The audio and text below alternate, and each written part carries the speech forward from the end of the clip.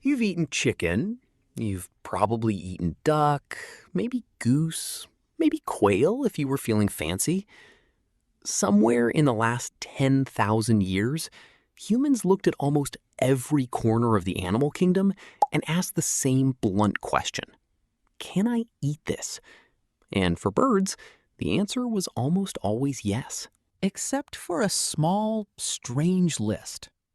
Crows, ravens, seagulls, pigeons mostly, vultures, obviously. Birds that are everywhere, that are often larger than the chickens we farm by the billions, that share the same skies, the same parks, the same garbage cans as the birds we do eat. So why did one branch of the bird family tree end up on dinner plates in every culture on Earth, while another branch became something closer to background noise? Not poison, not myth, something older than both. By the end of this, you'll understand why your ancestors made a calculation about which birds were worth the risk, and why that calculation is still sitting quietly underneath your own instincts today. Here's the shape of the problem in numbers. Around 10,000 species of birds exist on Earth today. Humans have historically eaten a meaningful fraction of them. Ducks, geese, chickens, turkeys, quail, pheasant, grouse, doves, even songbirds in some regions. But crows and their relatives, ravens, rooks, jackdaws, number over 40 species in the corvid family alone, and almost none of them appear in any traditional cuisine, anywhere, at any point in recorded history. Over 50 species worldwide. Coastal communities that ate literally everything else the ocean offered: shellfish, eels, seaweed, whale blubber, largely left gulls alone.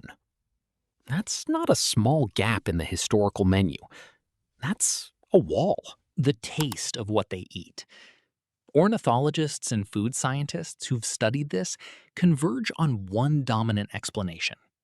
Diet determines flavor, and these birds eat things that make their meat taste the way you'd expect. Crows and ravens are what biologists call generalist scavengers. Their stomachs process carrion, garbage, insects, rodents, and whatever else the environment offers. Fat-soluble compounds from that diet accumulate in muscle tissue.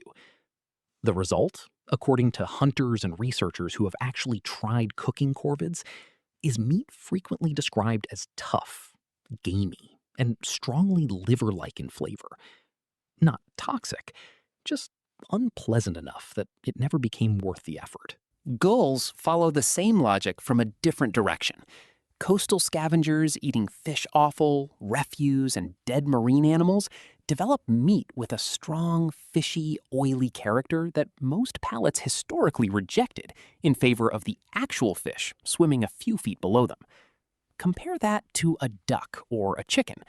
Both are largely grain and plant eaters or farmed on controlled feed.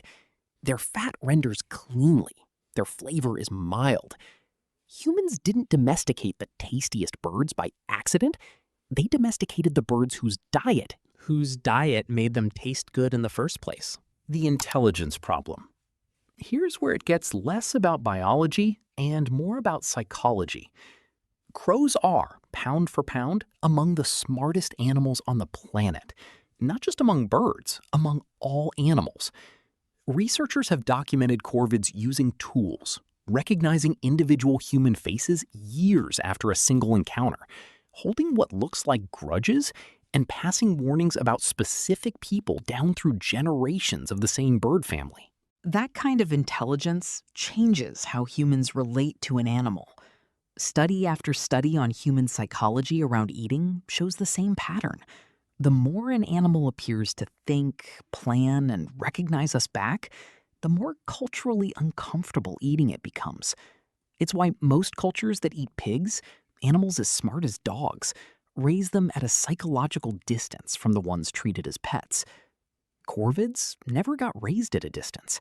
They showed up in mythology instead, as tricksters, omens, and messengers of the dead, in cultures from Norse Europe to the Pacific Northwest to ancient Greece. you don't eat the messenger. The economics of a carcass.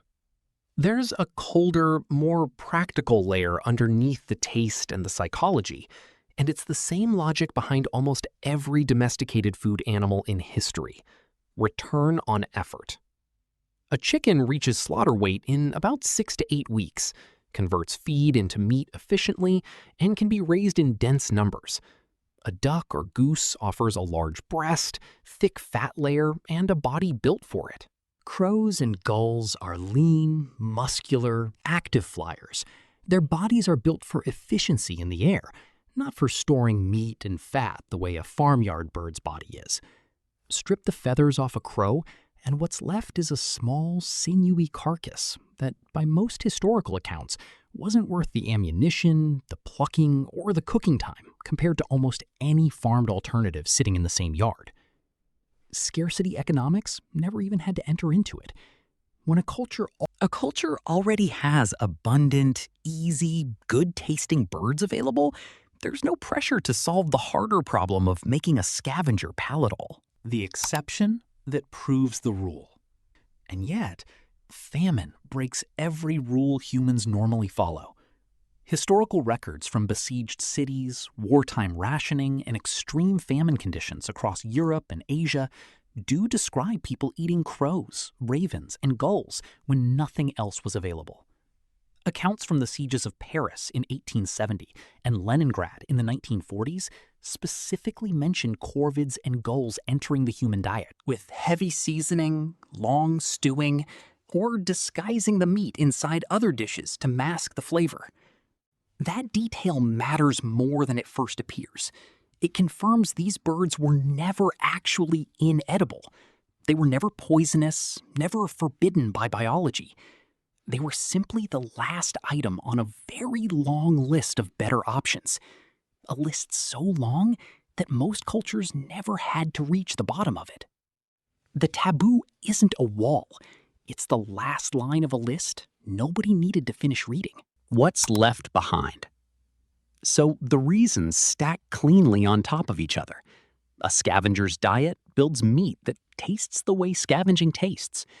A bird smart enough to recognize your face gets mythologized instead of domesticated. A lean, wild-bodied flyer offers a worse return than the farmyard alternative sitting right next to it. And whatever taboo survives all three of those filters only gets broken when there's genuinely nothing else left to eat. None of that required a law. None of it required a religious ruling. None of that required a law. None of it required a religious ruling written down and enforced. It required generations of people quietly making the same small decision. This one, not that one. Until the decision stopped looking like a choice at all and started looking like instinct. Subscribe to my channel.